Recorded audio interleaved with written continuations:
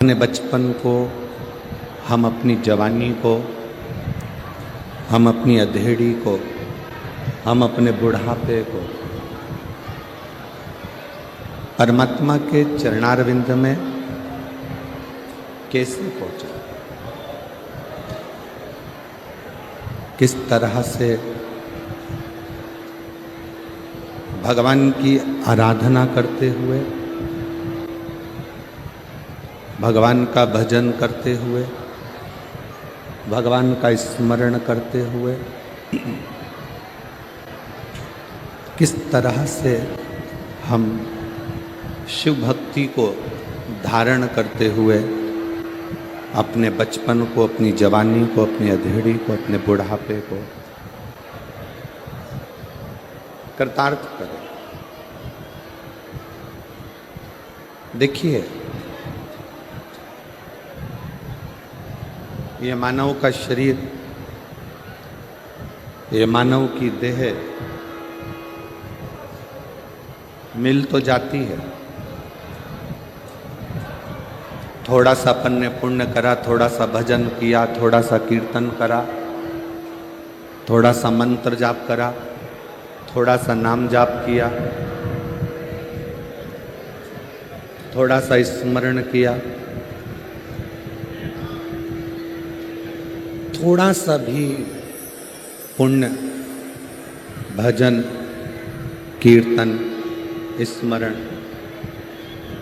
हम करना प्रारंभ करते हैं और जैसे जैसे हम भजन की ओर डूबते चले जाते हैं,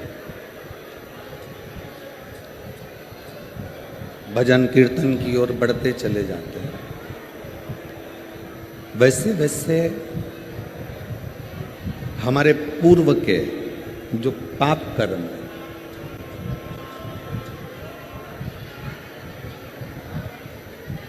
हमारे पूर्व के जो हमने पाप कर्म करे होते हैं, कहीं छल, कहीं कपट,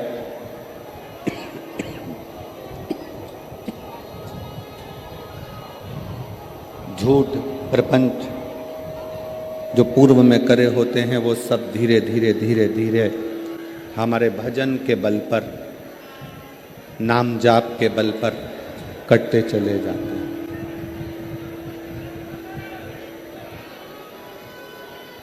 तुलसी बाबा ने रामचरितमानस में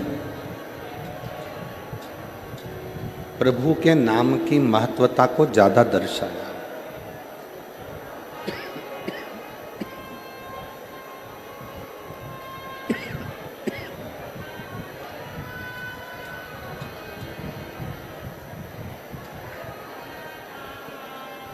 तुलसी बाबा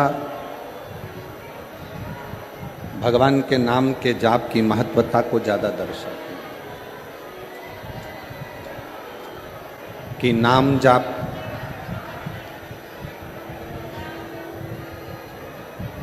जितना जितना मंत्र जाप, नाम जाप जितनी जितनी मात्रा में बढ़ता चले जाता है, पाप कर्म उतना कटता चले जाता है, उतना कटे।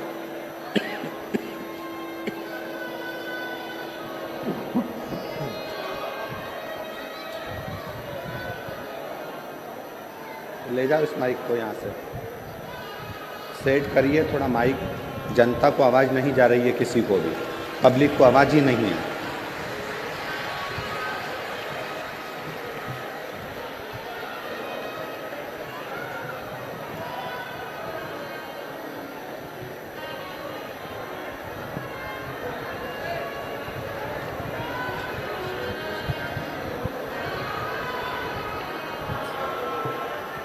मंत्र जाप की महत्वता, नाम जाप की महत्वता हमारे पूर्व में किए हुए पापों को समाप्त करती चली जाती है। अब आपने जन्म तो मानव का लिया, मनुष्य की देह भी मिल गई, मानव का शरीर भी मिल गया, पर इस शरीर को पाकर, इस शरीर को प्राप्त कर आप भजन की मात्रा कितनी बढ़ा रहे हैं?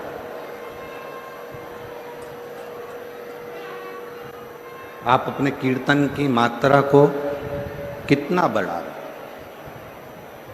आप राम नाम, कृष्ण नाम, शिव नाम कितना जप रहे हैं?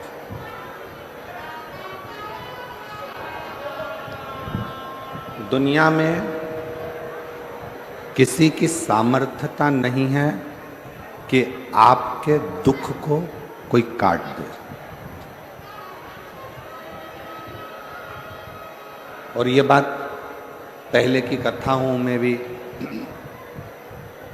वर्णन कर चुके हैं।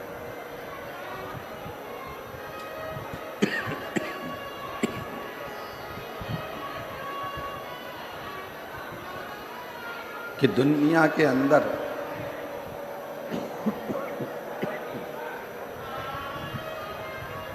दुनिया में किसी की सामर्थ्यता नहीं है कि आपके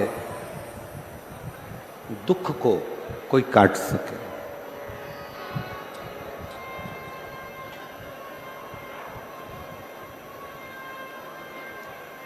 अपने दुख को, अपनी तकलीफ को, अपने कष्ट को कोई दूसरा कभी नहीं काट सके।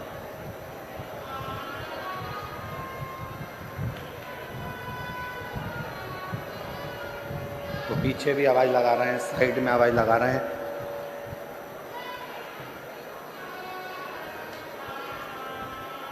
अपने दुख को, अपनी तकलीफ को, अपने कष्ट को किसी दूसरे की सामर्थ्यता नहीं है कि वो काट सके।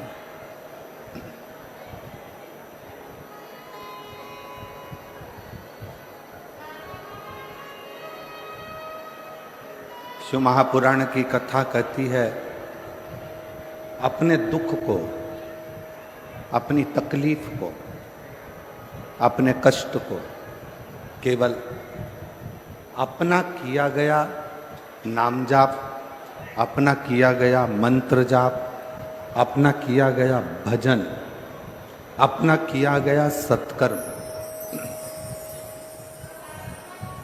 अपना किया गया कीर्तन, अपने स्वयं के दुख को काट सकता। कोई दूसरा नहीं काटेगा। कोई दूसरे की सामर्थ्यता नहीं है कि कोई दूसरा काट सके। किसी की सामर्थ्यता नहीं है कि कोई उस दुख को, कोई उस तकलीफ को, कोई उस कष्ट को कोई मिटा सके।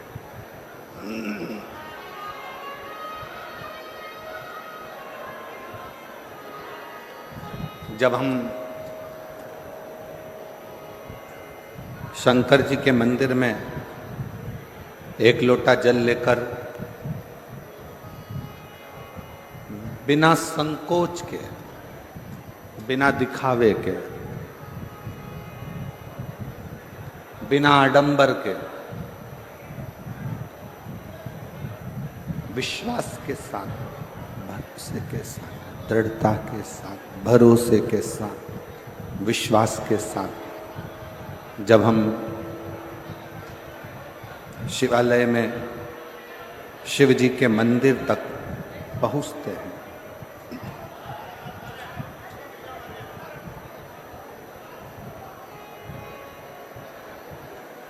तब 33 कोटि देवता अपने अपने कार्य में लग जाते हैं। सब अपने अपने कर्म में, अपने अपने कार्य में सब देवता लग जाते हैं। कहते हैं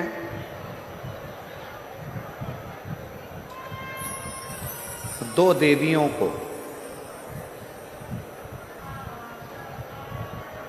भगवान विष्णु ने शंकर जी की सेवा के लिए सम्मुख में रखा है।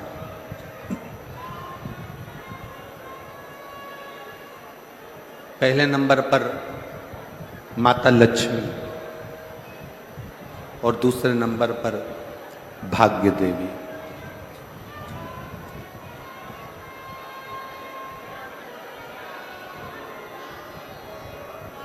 लक्ष्मी जी की मां ख्याति देवी,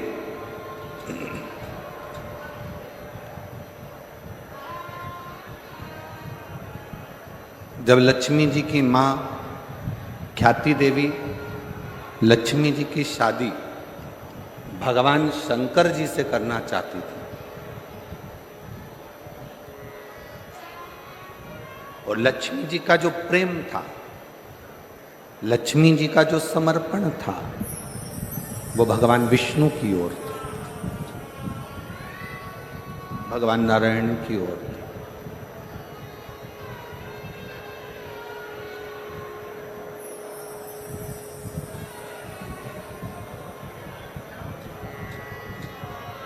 पर माता लक्ष्मी जी ने शिव जी की विनती करी, विनय करा, निवेदन करा, भगवान शंकर से कहा कि प्रभु मैं भगवान विष्णु से स्नेह करती, उनसे प्रेम करती,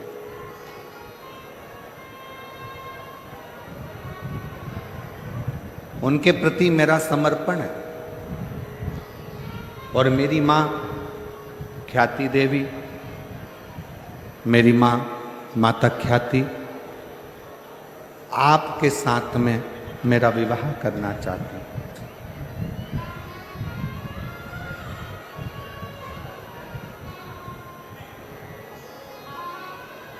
और मेरा पूर्ण समर्पण भगवान नारायण के प्रति है, भगवान विष्णु के प्रति।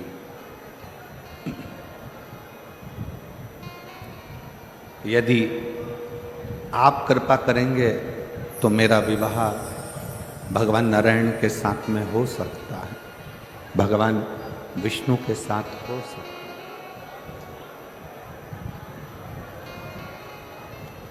यदि आप करुणा करेंगे तो मैं भगवान विष्णु के साथ ब्याह जाऊंगी, मैं भगवान विष्णु के साथ विवाह हो। शिव जी ने माता ख्याति प्रातः काल में जब पार्थिव शिवलिंग का पूजन कर रही थी,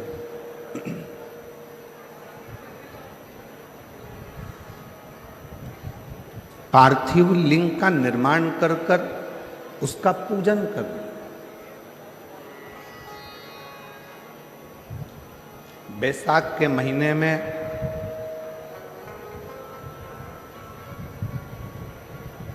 शिव सप्त तीर्थ का बड़ा महत्व है।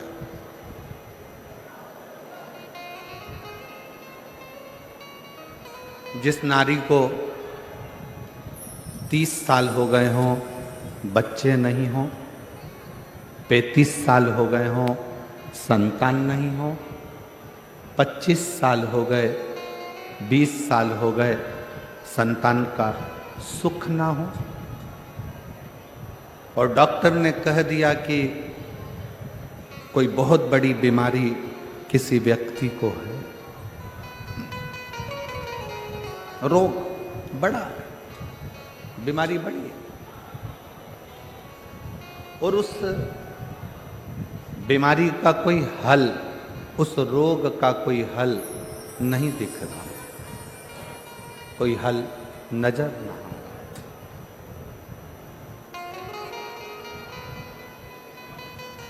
कोई हल दिख ना रहा। तो बैसाख महीने में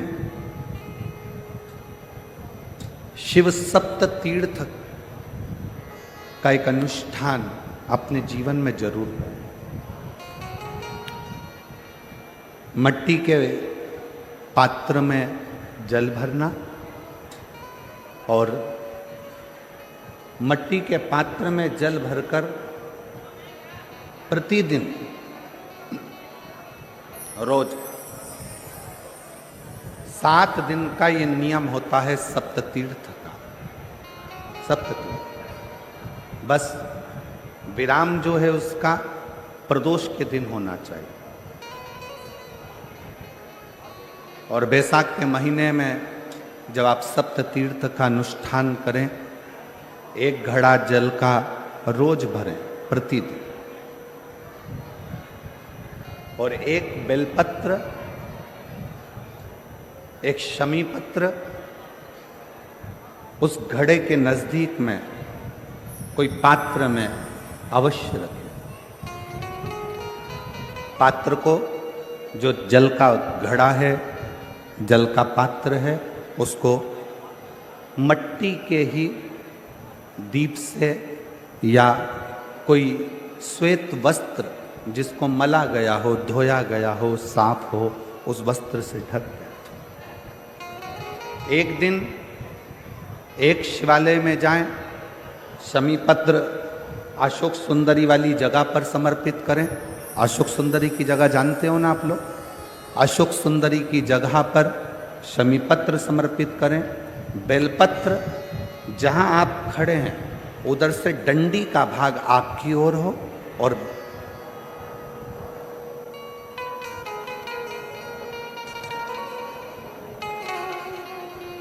जहां आप खड़े हैं वहां डंडी का भाग आपकी ओर हो, और बेलपत्र शिव जी को समर्पित करा जाए। फिर जो मट्टी के पात्र में जल है वो भगवान शंकर को अपनी कामना कर कर शिव जी को समर्पित कर दो। संतान के लिए कर रहे हो तो वहीं से जल को एक कटोरी में, एक पात्र में झेल लीजिए। उस जल का आधा भाग नंदी के पास बैठकर आप ग्रहण कर लो, आधा भाग अपने पति को देना प्रारंभ कर दो। कोई रोग के लिए कर रहे हो, किसी बीमारी के लिए कर रहे हो, तो वो जल आप अपने घर की देहली में प्रवेश करने के पहले अपने मुख में उसको ग्रहण कर लो। एक दिन में एक शिवालय, दूसरे दिन दूसरा शिवालय, तीसरे दिन तीसरा शिवालय। अगर अपने नगर में, अपने गांव में, अपने क्षेत्र में 7 शंकर के मंदिर नहीं हो, यदि अपने गांव में, अपने नगर में, अपने क्षेत्र में 7 शंकर के शिवालय नहीं हो, तो मिट्टी का शिवलिंग बनाकर उस पे चढ़ाओ। पर रोज एक शिवालय अलग होना चाहिए। प्रतिदिन प्रदोष के दिन जब आप इस सप्त तीर्थ का विराम करेंगे, उस समय पर जल, जब प्रदोष काल आए, प्रदोष काल का जब समय हो जल चढ़ाओ सुबेरे। पर प्रदोष काल का जब समय हो उस जल का पान उस प्रदोष काल में कर लें। प्रदोष को, जो प्रदोष काल में उस जल को शंकर का पंचाक्षर मंत्र नमः शिवाय, षडाक्षर मंत्र ओम नमः शिवाय या श्री शिवाय नमस्तुभ्यम बोलकर प्रदोष काल में उस जल का पान करें। बाबा को प्रार्थना करें, शिव से विनय करें। ये नियम केवल बैसाख के महीने में होता है, इसको बाकी के महीने में नहीं किया जाता है। इसको बाकी के महीने में नहीं करते, केवल बैसाख।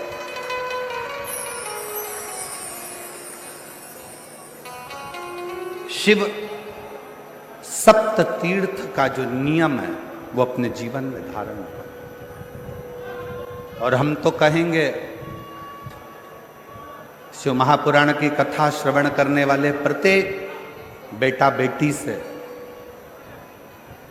शिव महापुराण की कथा सुनने वाले प्रत्येक शिव भक्त से हम तो कहेंगे कि शरीर में कोई रोग नहीं भी है, संतान की प्राप्ति नहीं भी चाहिए, उच्च शिक्षा के लिए आप कर रहे हैं, अपने जीवन की खुशहाली के लिए कर रहे हैं, तो शिव का सप्त तीर्थ अनुष्ठान अवश्य करें, अवश्य करें और अपने जीवन को सार्थक करें। धन्यवाद।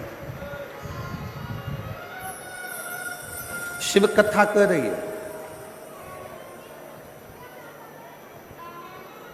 भगवान शंकर का चरित्र कराए, भगवान शंकर का संवाद कराए।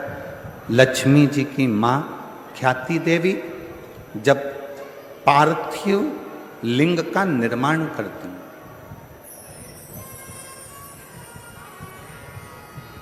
मां ख्याति देवी जब पार्थिव लिंग का निर्माण कर कर पूजन करती हैं, तब भगवान शिव माता लक्ष्मी की मां ख्याति देवी के सामने प्रकट हो जाते हैं, सम्मुख में प्रकट, सामने प्रकट।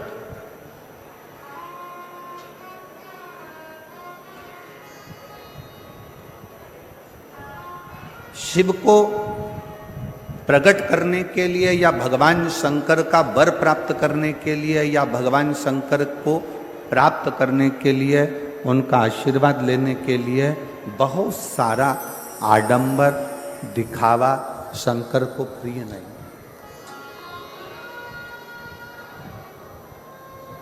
शंकर की प्रियता आपके मन की निर्मलता, आपके मन का शुद्ध भाव है। और मैंने तेरे ही भरोसे बाबा, तेरे ही भरोसे हवा बिच उड़ती जागी, बाबा डोर हटो छड़ी ना मैं कटी जावागी, बोले मैं तेरी पतंग शंभो, मैं तेरी पतंग हवा बिच उड़ती जावागी, बाबा डोर हटो छड़ी ना मैं कटी जावागी, भोले मैं तेरी पतंग शंभो, मैं तेरी पतंग। शिव को प्राप्त करने के लिए किसी दिखावे की जरूरत नहीं, किसी आडंबर की जरूरत नहीं, कहीं जाने की जरूरत नहीं है। शंकर को प्राप्त करने के लिए आपका निर्मल मन, निर्मल हृदय, निर्मल चित्त चाहिए।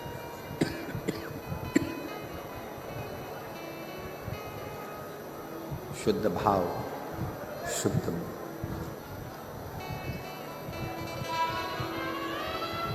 आजकल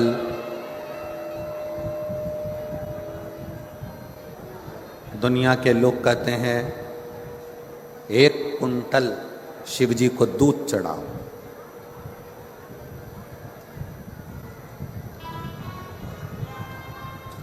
एक कुंटल 101 किलो शिव जी को दूध चढ़ाए। कोई कहता है शंकर भगवान को 56 भोग लगाओ। कोई कहता है भगवान शंकर को 1.25 लाख बेलपत्र शिव जी को चढ़ाओ। नहीं भाई, 1.25 लाख बेलपत्र शंकर को चढ़ाने के हकदार आप कब बनेंगे? 1.25 लाख बेलपत्र चढ़ाने के हकदार आप शंकर भगवान को कब बनोगे? जब आपने अपनी जिंदगी में 1.25 लाख बेलपत्र के पेड़ लगाए हों।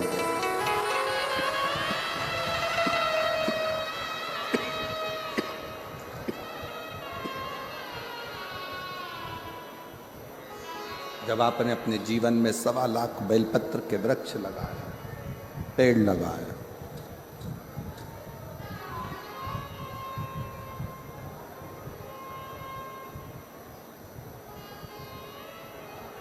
बहुत ध्यान से सुनना। बेलपत्री का एक पत्ता, बेलपत्र का मात्र एक पत्ता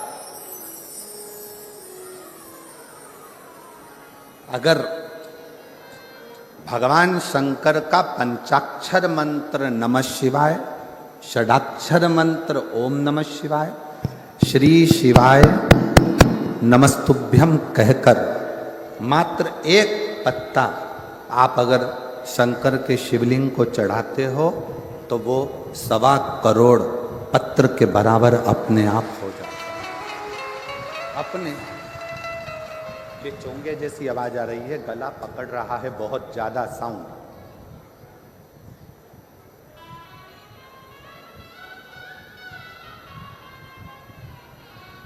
सवा करोड़ शिवलिंग के बराबर, 1.25 करोड़ शिव बेलपत्र के बराबर एक पत्र हो जाता, एक पत्र।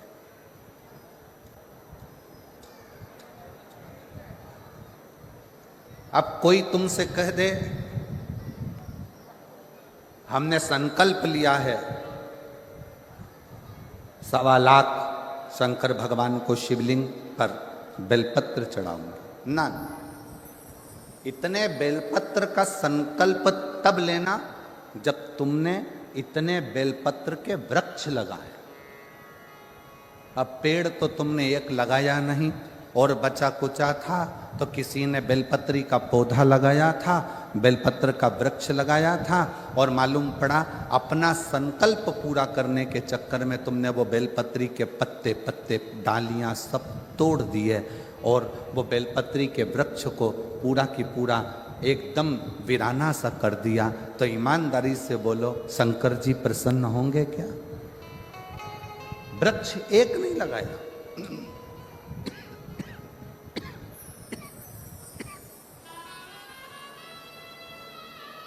बेलपत्री का पेड़ एक नहीं लगाया, और मालूम पड़ा अपना संकल्प पूरा करने के लिए, अपना लक्ष्य पूरा करने के लिए पूरा की पूरा वृक्ष, पूरा की पूरा पेड़, पूरा की पूरा वृक्ष आप लोगों ने वीराना कर दिया। तो वो मतलब का नहीं, वो मतलब का नहीं।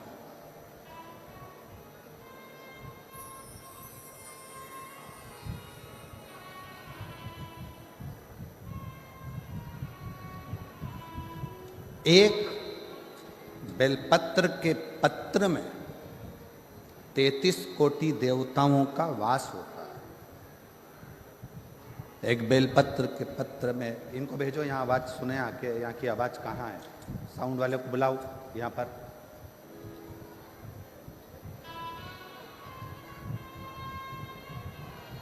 एक बेलपत्र के पत्र के अंदर 33 कोटि देवताओं का वास होता है, 33 कोटि देवताओं।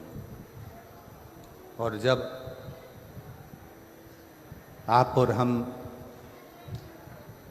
भगवान शंकर को एक बेलपत्र समर्पित करते हैं, जब आप और हम भगवान शंकर को एक बेलपत्र समर्पित करते हैं, तो ये मानकर चलना तुम एक देवता पर बेलपत्र नहीं चढ़ा रहे हो, 33 कोटि देवताओं की पूजन एक ही बेलपत्र से तुम पूर्ण कर रहे हो, पूर्ण कर।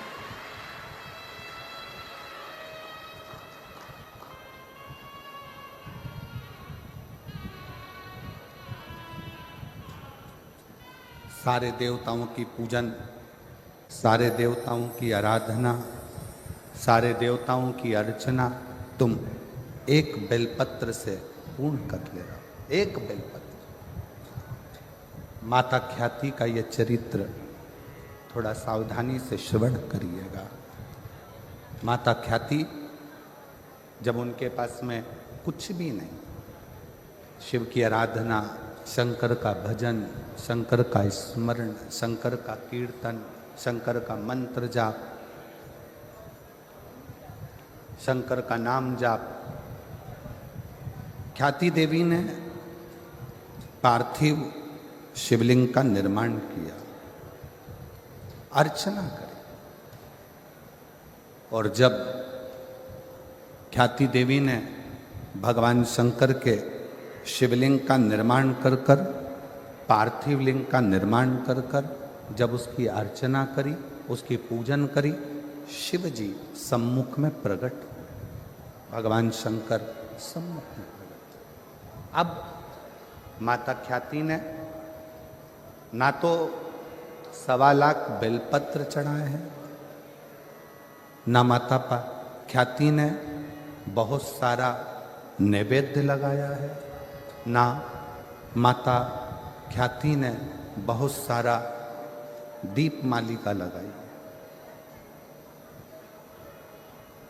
माता ख्याति ने अपने मन को, अपने हृदय को, अपनी चित्तवृत्ति को, अपने विश्वास को शंकर को समर्पित किया, शिव को दिया। शंकर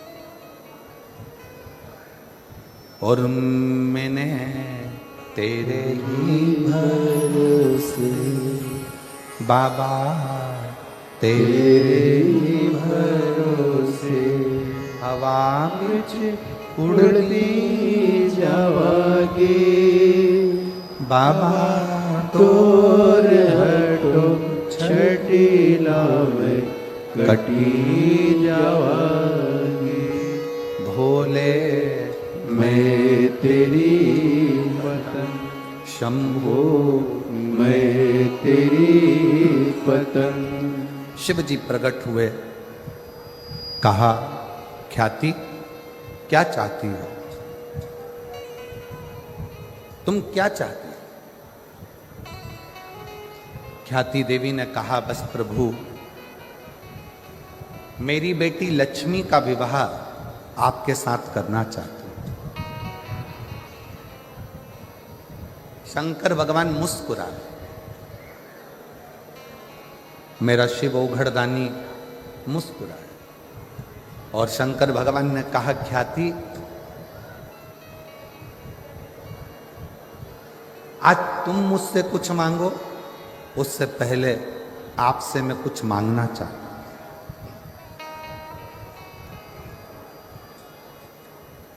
आज मैं आपसे कुछ मांगना चाहता हूं। शंकर भगवान ने जैसे ही कहा कि मैं ख्याति आपसे कुछ मांगना चाहता हूं, ख्याति प्रसन्न हो गई। जिस ओघड़दानी ने, जिस शंकर भगवान ने अपने ससुर हिमालय राज से कुछ नहीं मांगा, जिन शंकर भगवान ने अपने ससुर दक्ष प्रजापति से कुछ नहीं मांगा, जिन शंकर भगवान ने अपने नारायण से कुछ नहीं मांगा, जिन शंकर भगवान ने अपने देवताओं से कुछ नहीं मांगा, वो शंकर भगवान आज ख्याति से कुछ मांग रहे हैं। तो ख्याति देवी बड़ी प्रसन्न हो, बहुत प्रसन्न, बहुत प्रसन्न।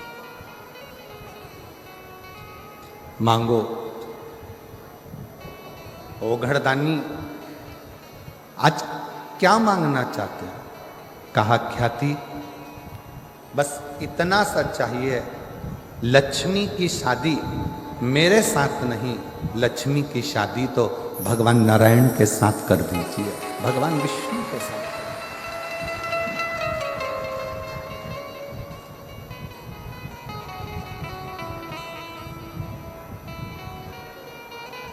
प्रभु,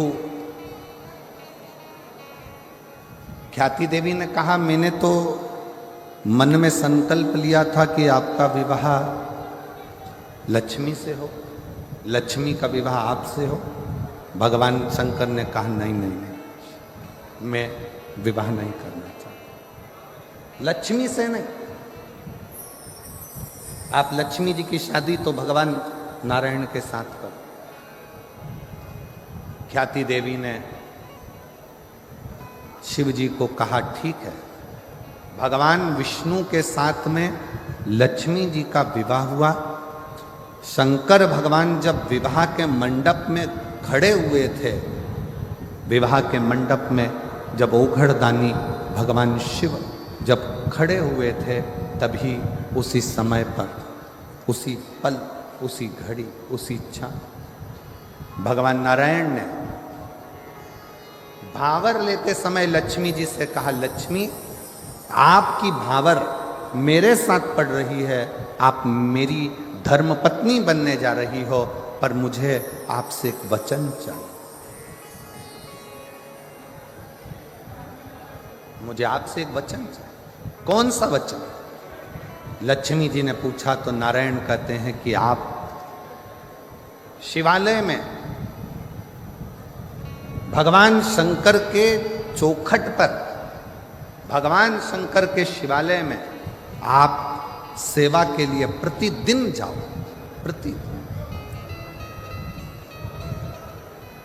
प्रतिदिन सेवा में आपको जाना, ठीक है। पर आपकी सेवा छूट जाएगी प्रभु। अगर मैं शंकर भगवान के मंदिर में जाऊंगी, शिवालय में जाऊंगी तो आपकी सेवा छूटेगी। नारायण कहते हैं लक्ष्मी मेरी सेवा भले छूटे पर शिव की सेवा नहीं छूटना चाहिए। तुम्हें जाना, तुम्हें जाना। लक्ष्मी जी ने वचन दिया, रोज प्रतिदिन लक्ष्मी जी शिव जी के मंदिर में आकर, शंकर के शिवालय में आकर सेवा में लग जाए। प्रतिदिन प्रतिदिन। ये देखते देखते देखते देखते समय बीता। एक दिन भगवान शिव जी का ध्यान माता लक्ष्मी पर, माँ लक्ष्मी।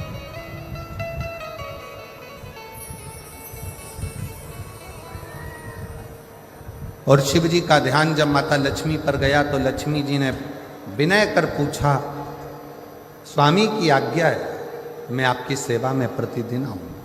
स्वामी मेरे लिए सेवा क्या हो वो बता। क्या सेवा? शंकर भगवान ने कहा लक्ष्मी तुम आती हो ना तो तुम्हारे साथ में तुम्हारी एक सखी भाग्य देवी भी तुम्हारे साथ में आती है। इनसे कुछ नहीं होना है, ये वाला एसी है, उसके लेयर एसी चल रही है, बार बार चालू होता, इधर आएगा तो आवाज आएगा इसमें।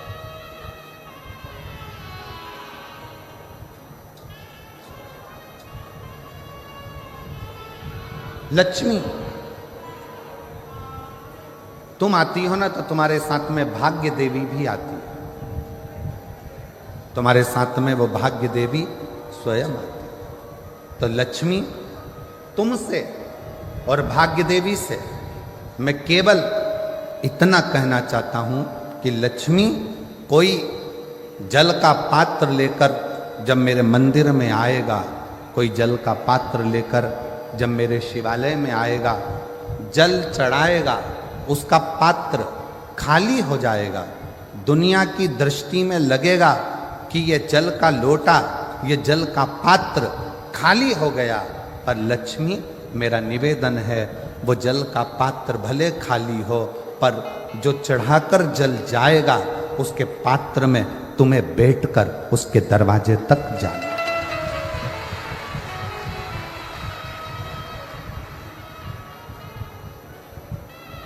तुम्हें जाना।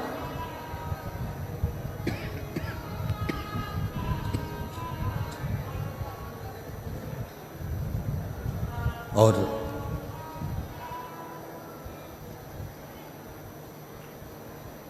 भाग्य देवी हाथ जोड़कर कहती है कि मेरे लिए क्या आज्ञा,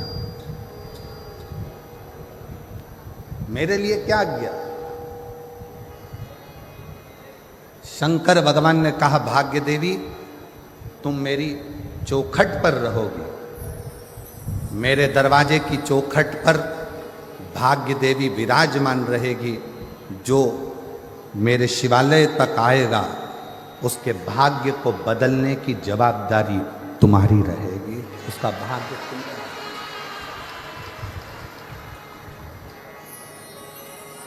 संकल्प लो, मना नहीं,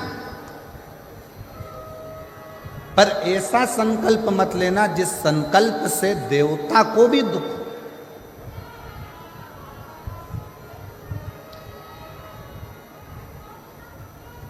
1.25 लाख बेलपत्र चढ़ाऊंगी, मैं संकल्प करती हूं 1000 लीटर दूध शिव जी पे चढ़ाऊंगी, संकल्प लेती हूं।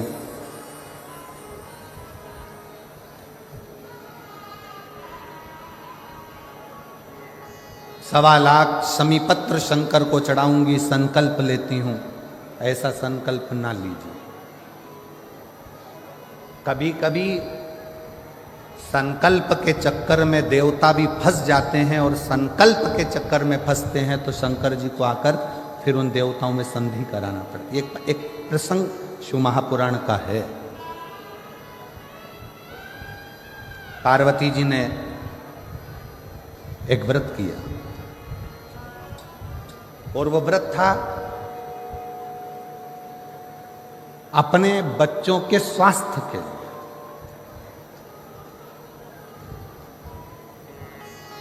अपने पुत्रों के लिए, अपने बच्चों के लिए।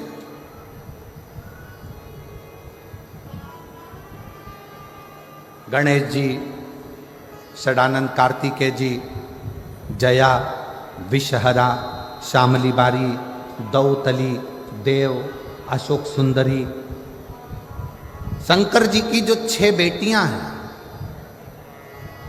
शंकर जी के जो पुत्र हैं, उनके लिए मां पार्वती व्रत कर रही।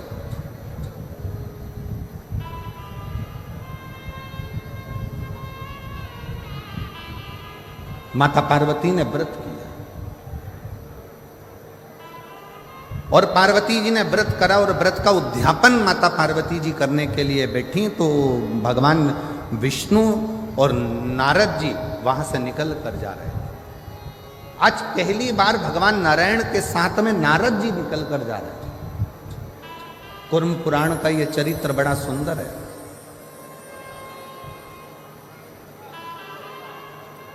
भगवान विष्णु और देवऋषि नारद वहां से निकलते निकलते जा। देवऋषि नारद अपनी गर्जना के संग नारायण श्रीमन नारायण नारायण श्रीमन नारायण नारायण श्रीमन नारायण नारायण श्रीमन नारायण। नारद जी चले जा रहे। पहली बार भगवान विष्णु और नारद दोनों जा रहे। पार्वती जी बैठी थी। संकल्प था व्रत पूर्ण होने पर उद्यापन करना।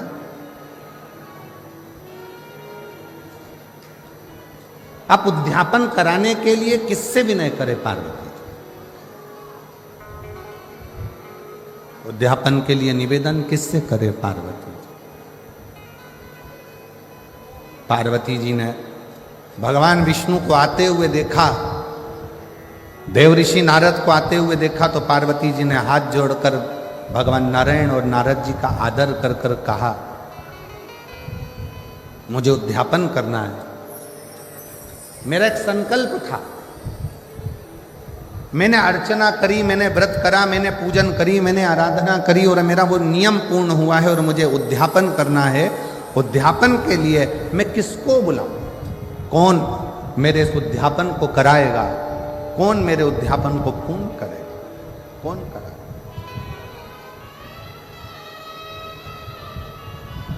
देवऋषि नारद बड़े प्रसन्नता में कहने लगे, मां सनत कुमार जी को बुलाइए और सनत कुमार आपके इस उद्यापन को करा देंगे। सनत कुमार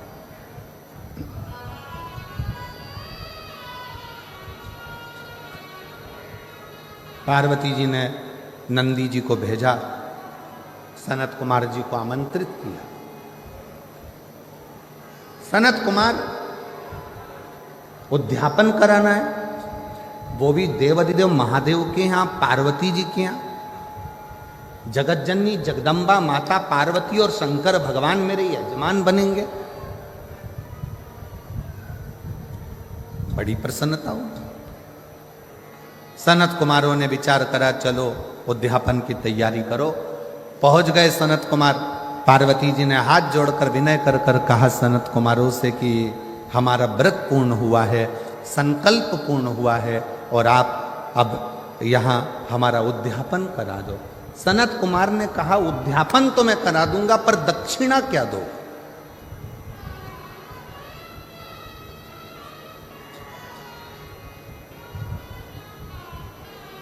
सबसे मुख्य तो दक्षिणा है।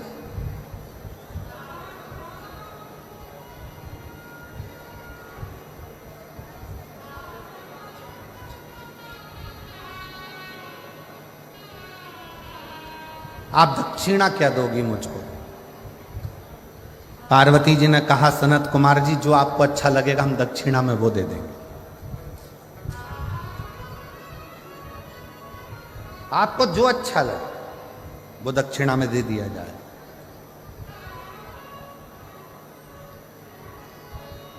सनत कुमार ने कहा मां, पहले संकल्प करना पड़ेगा कि जो दक्षिणा में मांगूंगा वो तुम्हें देना पड़ेगा। पार्वती जी ने संकल्प दे दिया कि तुम जो दक्षिणा में मांगोगे मैं वो दे दूंगी।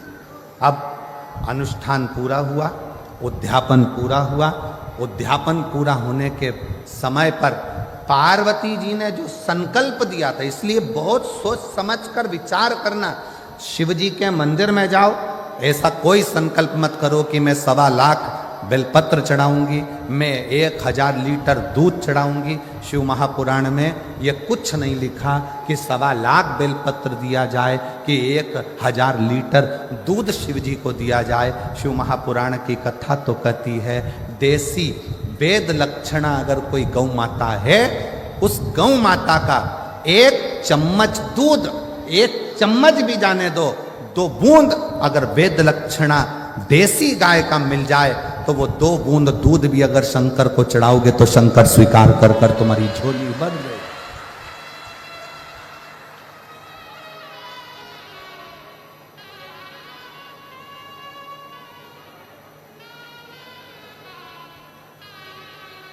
रतनगढ़ में इतनी गौशाला देखकर,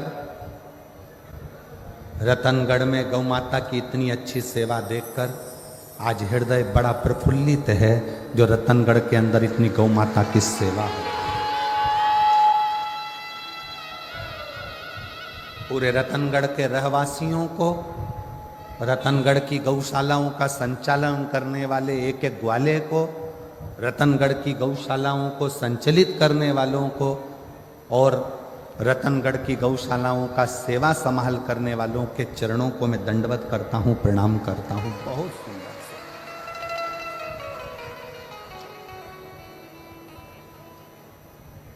शिव कभी नहीं कहे। 24,000 श्लोक की शिव महापुराण में कहीं नहीं लिखा कि शंकर भगवान को 1.25 लाख बेलपत्र देना। इसमें कहीं नहीं लिखा कि 1000 लीटर दूध देना।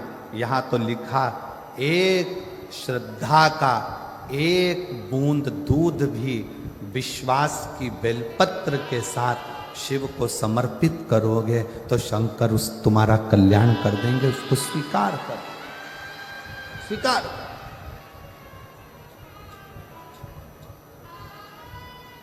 विश्वास के साथ,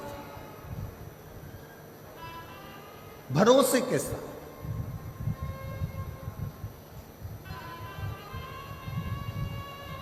आपका भरोसा श्रेष्ठ होगा तो शिव मिलेगा। संकल्प ऐसा ना करा जाए जिस संकल्प में भगवान तुमसे दूर हो जाए। पुण्य करने के चक्कर में पाप मत कर बैठो। पुण्य करने जा रहे हो और मालूम पड़ा पाप कर्म कर बैठे तो वो पुण्य की कोई परिभाषा, कोई परिभाषा। भागवत जी होती है तो उसमें प्रसाद का वितरण होता है। राम कथा होती है तो उसमें प्रसाद का वितरण होता है। गीता जी होती है तो उसमें प्रसाद का वितरण होता है। हनुमान जी का कार्यक्रम होगा, भजन संध्या हुई तो उसमें भी प्रसाद का वितरण होता है। पर शिव महापुराण में कथा होने के बाद प्रसाद का वितरण भी नहीं होता। प्रसाद का वितरण भी नहीं होता। क्यों? पुण्य करते करते कहीं हम पाप कर्म ना कर बैठे। प्रसाद कहां बंटता है? धर्म की जगह पर। किटी पार्टी में कभी प्रसाद नहीं बंटता, शादी में कभी प्रसाद नहीं बंटता, 25वीं शादी की सालगिरह में प्रसाद नहीं बंटता, गोल्डन जुबली सिल्वर जुबली में प्रसाद नहीं बंटता, तुम्हारे बच्चों के जन्मदिन पर प्रसाद नहीं बंटता। प्रसाद हमेशा सत्कर्म की जगह पर, धर्म की जगह पर, मंदिर में, कथा में, सत्संग में, पुण्य की जगह पर प्रसाद वितरण होता है। प्रसाद बांटने वाला जब खड़ा होता है, प्रसाद देने के लिए अपना वाला आता है तो हाथ उसका ऐसा हो जाता है, और पराया आता है तो हाथ ऐसा हो जाता है। पुण्य की जगह पर खड़े होकर भी वो प्रसाद बांटने खड़ा है, प्रसाद देने वाले का प्रसाद है, मंदिर का प्रसाद है, पर अपना बेटा आया तो हाथ ऐसा हो गया, अपनी पत्नी आई तो हाथ ऐसा हो गया, अपना वाला आया तो हाथ ऐसा हो गया, और दूसरा आया तो थोड़ा सा चल चल, और अपनी पत्नी आई तो तुरंत उसको ज़्यादा से ज़्यादा दे दिया, बच्चे को ज़्यादा से ज़्यादा दे दिया। धर्म की जगह पर खड़े होकर भी अगर तुम अपना और पराये का भेद करोगे तो नरक चले जाओगे। इसलिए शिव महापुराण में प्रसाद वितरण नहीं होता, क्योंकि शंकर यहाँ 24 घंटे रहता।